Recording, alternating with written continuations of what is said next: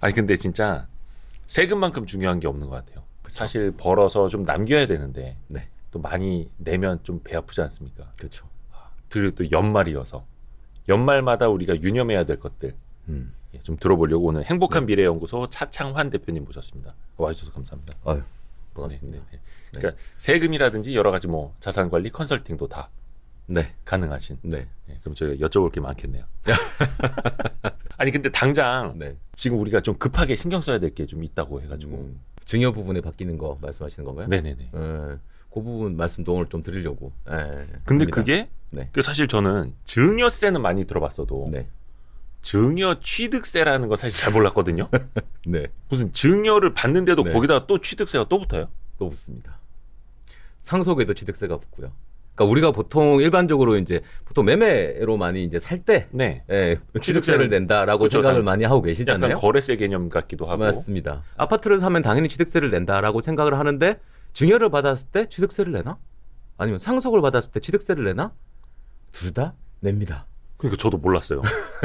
뭐 상속을 받아봤어야지 알지.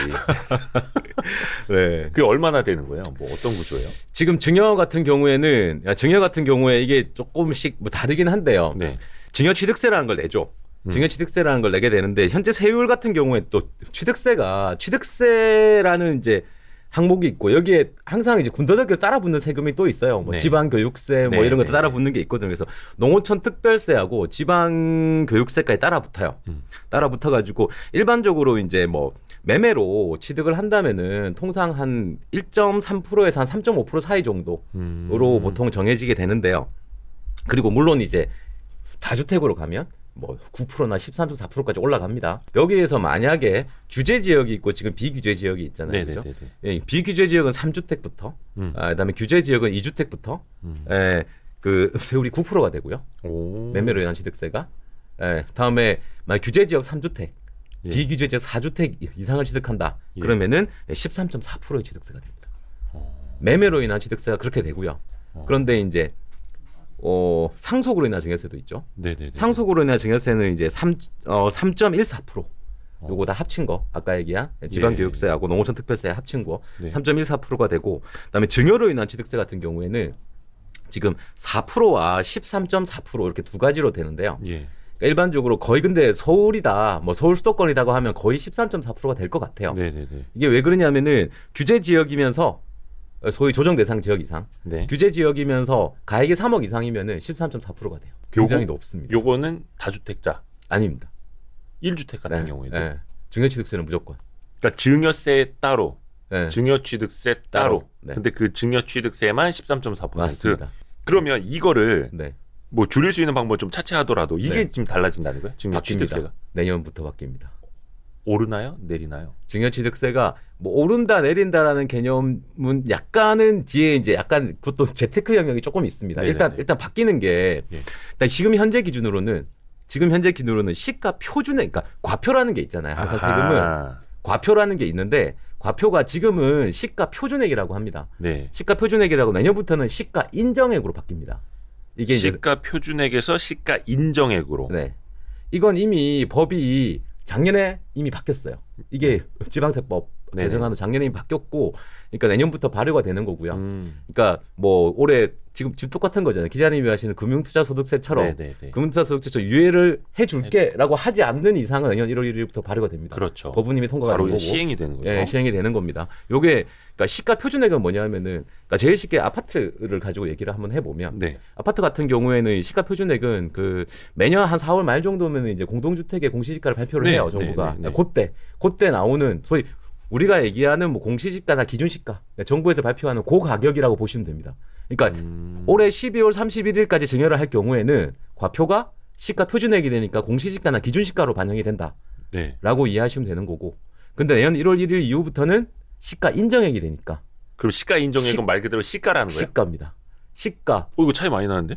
차이 많이 나죠. 잠깐만. 와, 그러면은 22년 말까지는 공시지가, 기준시가 기준으로 증여취득세를 내는 그죠. 건데, 과표가 그게 거기에 세율이 곱해지는 거죠. 근데 2023년부터는 그냥 시가 기준으로. 맞습니다. 그러니까 예를 들어서 10억짜리 집을 증여를 해준다. 네. 그러면은 10억 이하니까 한 30% 정도 되네요. 증여 세율이. 이것도 뭐 누진은 있습니다만 네, 누진 공제 뭐 6천만 원 네. 되긴 합니다만 거기에다가 증여 취득세가 13.4% 붙는데 네.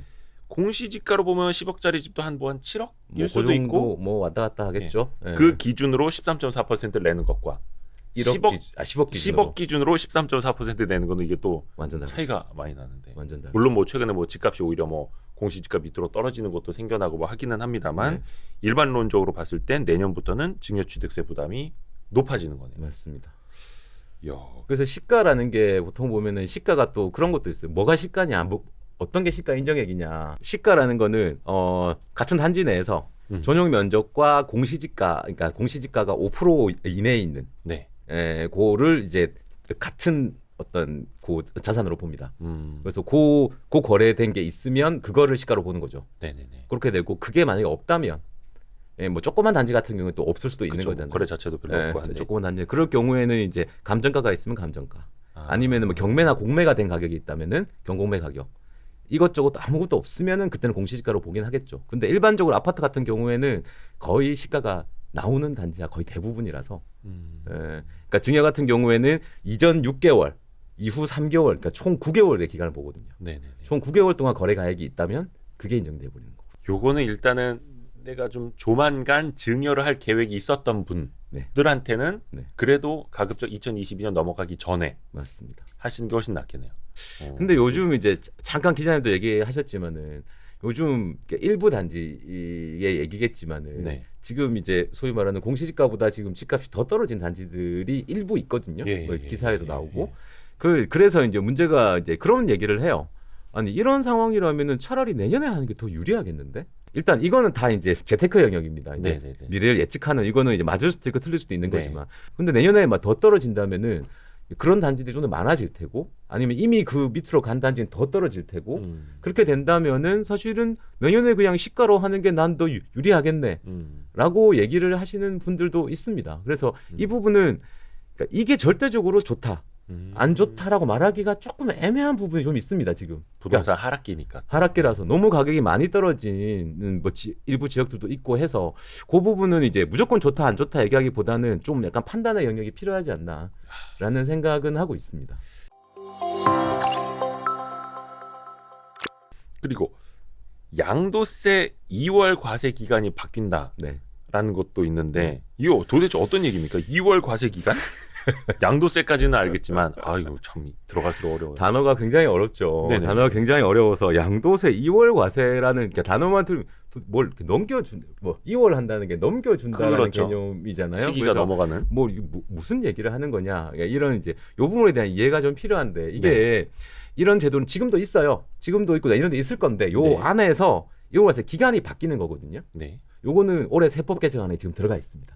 아직 통과되지 않은 지금 현재 올라가 있잖아요. 그죠? 어떻게 될지 모르는 거예요. 네, 근데 지금 뭐 금융투자소득세는 굉장히 이슈가 많은데 요거에 대해서는 아무 말도 없어요. 이슈가 되지 않고 있기 때문에 아마도 논란의 여지가 없어서 그냥 통과되지 않을까라고 생각이 들긴 합니다. 네. 이거에 대해서 이견이라고 나오는 것들이 거의 없거든요. 네, 말 자체가 네. 없기 때문에 사실은 뭐 그냥 묻어가는 거죠. 사실은 통과가 될 것 같다라는 생각이 들긴 하는데 이게 뭐냐 그러면은 이런 생각을 한번 제가 예시로 말씀드리면 이야기가 좀 더 편하실 것 같아요. 네. 예를 들어 부부가 있다라고 한번 해보죠. 부부가 있는데 남편 명의의 지금 아파트가 한 채가 있다라고 한번 해보죠. 아파트가 한 채가 있는데 이걸 이제 과거에 산 거죠. 과거에 예를 들어 4억에 샀다라고 한번 가정을 해보겠습니다. 4억에 샀는데 지금 이제 팔고 싶어요. 팔고 싶은데 지금 가격이 좀 올라서 예를 들어 6억이다라고 한번 해보겠습니다. 6억이에요. 4억에 샀는데 6억에 파는 거죠. 그러면은 이제 2억이라는 양도소득이 발생했잖아요. 그렇죠? 예, 양도소득세를 내야 합니다. 그런데 이분이 소위 말하는 세금을 줄이기 위해서 이런 전략을 쓸 수도 있습니다. 어떤 전략이냐? 부인에게 증여를 합니다. 부인에게 증여를 합니다. 지금 부부간 증여 비과세 한도가 있습니다. 6억 맞습니다. 6억입니다. 그러면 아파트 가액이 지금 6억이잖아요. 그러면은 증여세를 내지 않고 증여가 가능합니다. 그렇죠? 6억으로 증여를 합니다. 증여를 하고 배우자가 그러니까 부인이 받아서 부인이 매도를 하는 겁니다. 그러면 부인은 그 본인 양도소득이라는 거는 내 취득가에 내 매도가의 차이가 양도소득이 되는 거예요. 그렇죠, 그렇죠. 근데 부인 입장에서는 취득가가 6억입니다. 6억에 받아서 6억에 6억에 팔면 파는 거죠. 양도소득이 없으니까 없습니다. 세금을 안 내는. 세금을 안 냅니다. 아마 거기까지는 아마 활용을 좀 하고들 계실 거예요. 네. 예. 이게 이제 이런 꼼수가 있는 거죠, 소위 말하는. 그래서 이거를 못하게 하기 위해서 양도세 2월 과세라는 게 뭐냐면 지금 현재는 5년간, 네. 5년간, 그러니까 소위 말하는 수증자라고 하거든요. 그러니까 네. 증여 받은 사람. 네, 수증자가 받은 사람이고 증여자가 준 사람이에요. 네, 네. 지금 이제 남편이 증여자인 거고 부인이 수증자인 거거든요. 네. 그러니까 수증자가 받고 5년 이내에 매도할 경우에는 수증자의 취득가액은 전 소유자인 증여자의 소득가액으로, 그러니까 취득가액으로 봅니다. 와, 그래서 이게 이번에 바뀌는 거예요? 네, 그 기간이 지금은 5년인데요. 내년부터는 양도세 2월 과세 기간이 5년에서 10년으로 바뀌어요. 아, 지금은 5년이었었던 네, 거예요? 5년이었어요. 아, 그러니까 지금까지 5년이었는데 네. 내년부터는 10년. 10년입니다. 받고 나서 10년 안에 10년 동안 팔면 못 팝니다, 사실상. 그러네. 양도소득이 많이 발생한 집일수록 더더욱 그러겠네요. 네. 이 증여세 2월 과세 기간의 변경은 굉장히 좀 크죠. 세네요. 네, 이게 그 5년도 사실은 이제 거의 뭐 심리적인 저항선을 건드리는 수준인데 10년이면은 우리가 뭐 강산이 변한다는 10년 아니겠습니까? 네. 너무 길죠. 요 두 가지가 내년에 증여세에서 바뀌는 부분이고요.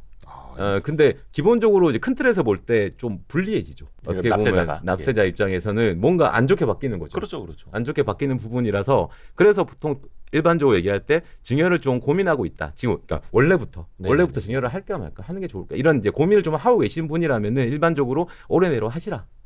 그게 더 낫다라는 얘기를 하는 거고요.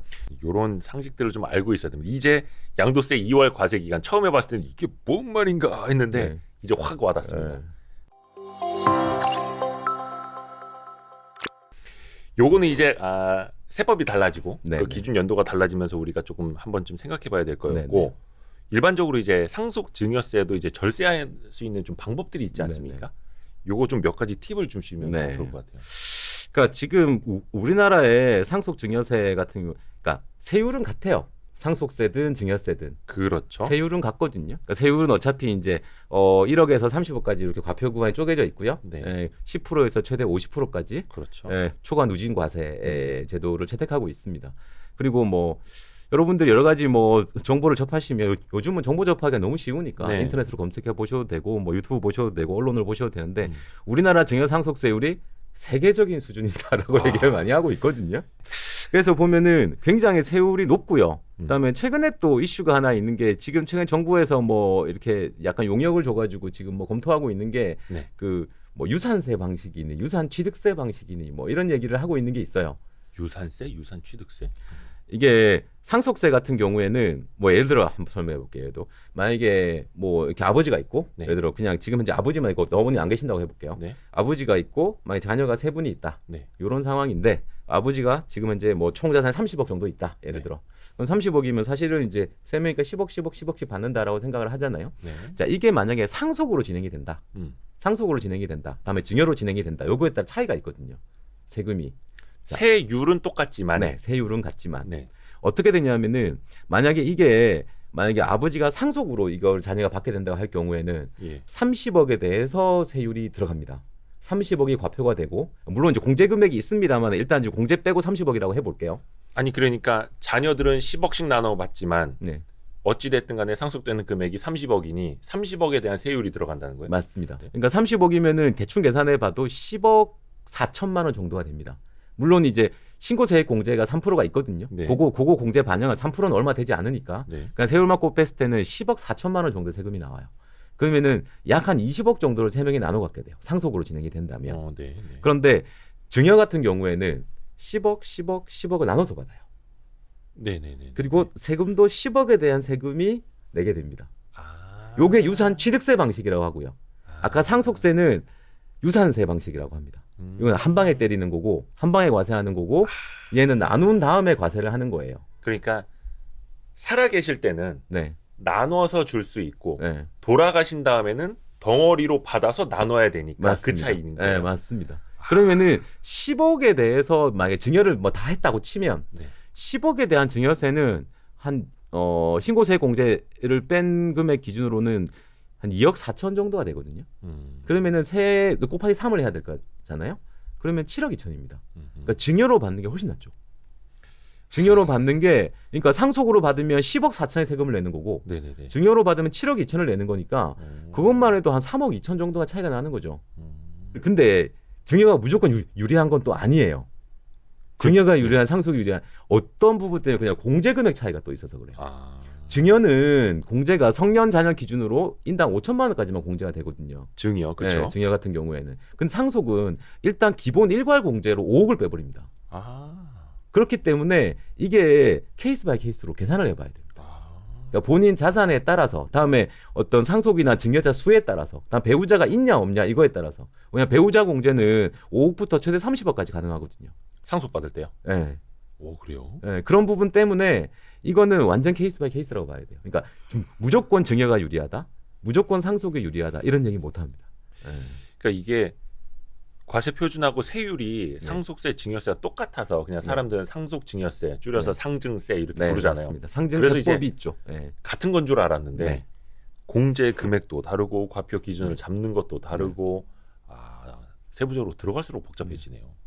이제 요거는 이제 완전히 케이스 바이 케이스로 따져봐야 한다라는 거고 뭐 증여세율은 어찌됐든 간에 상속세율 그 세율 자체는 똑같은 거니까 좋습니다. 요거를 혹시 그러면 증여할 때 뭐 예시를 좀 들어주실 만한 게 있을까요? 아니면은 방금 이야기한 걸로 그러니까 예를 들어 계산하기 쉽게 본다면은 아까 표 보통 이제 인터넷에 표가 있잖아요. 그러면은 세율 얼마의 공제 금액이 나오거든요. 그렇게 이제 곱하고 공제 금액을 누진 공제 금액을 빼면 되거든요. 그러면은 세금이 나올 거예요. 아니면 계산 저는 이제 보통 그렇게 계산 안 하고 이렇게 얘기하거든요. 예를 들어 10억이다라고 하면 그러니까 1억까지는 10%니까 1억까지 1,000만 원이 나오는 거죠. 그다음 1억에서 5억 사이가 20%니까 고구가 한 4억이잖아요. 그죠? 4억에 20%니까 8천만 원이죠. 그럼 5억을 증여한다, 5억을 상속한다고 할 경우에는 9천만 원이 세금이 되겠죠. 그리고 10억이다라고 하면 5억에서 10억 사이가 5억이잖아요. 5억에 대한 30%니까 1억 5천이거든요. 그럼 9천만 원 합하면 2억 4천이 되는 거죠. 이런 식으로 저는 계산을 많이 하거든요. 그렇게 해서 세금은 뭐 그 정도로 생각하시면 될 것 같아요. 네, 좋습니다.